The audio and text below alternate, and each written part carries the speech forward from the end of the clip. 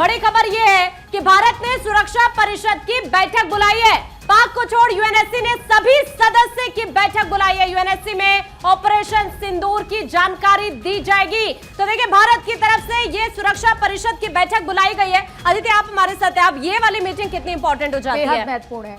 ये अंतरराष्ट्रीय स्तर के लिहाज से बहुत महत्वपूर्ण है। इसको बिंदुवार समझ लेते हैं। पहला, लंबे समय से भारत ये कोशिश में था कि पाकिस्तान को ब्लैकलिस्ट कर दिया जाए। चाइना की वजह से वो ग्रे लिस्ट में आके रह जाता था। अब आप समझिए, 2 दिन पहले यूएनएससी की बैठक हुई, वहां पर पाकिस्तान ने जाके रोया कि कभी भी हमला हो सकता है।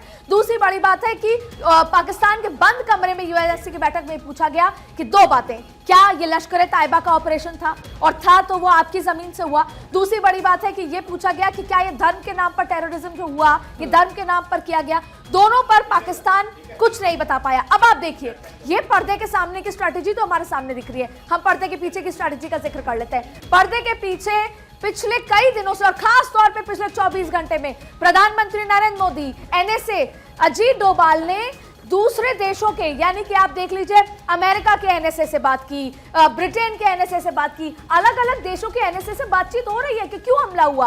और ऐसे ही नहीं, अब इसकी इंपॉर्टेंस समझ आती है कि ये जो सेना ने प्रेस कॉन्फ्रेंस की, जिसमें विदेश सचिव ने एक एक बात बताई, ये कोई 140 करोड़ लोगों को तो बताया ही गया भारत के, लेकिन पूरे विश्व को बताया गया कि ना तो सिविल अटैक हुआ। यूएनएससी में जाके सबसे बड़ा सबूत है कि हमने किसी भी तरह की लड़ाई, वॉर इनिशिएट नहीं करी है। दूसरी बात यह है कि हमने ना सिविल को मारा ना सेना को मारा, हमने केवल और केवल आतंकी, अपने डिफेंस में आतंकी ठिकानों को नस्तेनाबूद किया है। इसलिए यह बहुत महत्वपूर्ण, और इसमें पाक को ना बुलाए जाना यह भी एक बहुत बड़ा संकेत है। दूसरी बड़ी बात है कि भारत पहले ही ब्रीफ कर चुका है।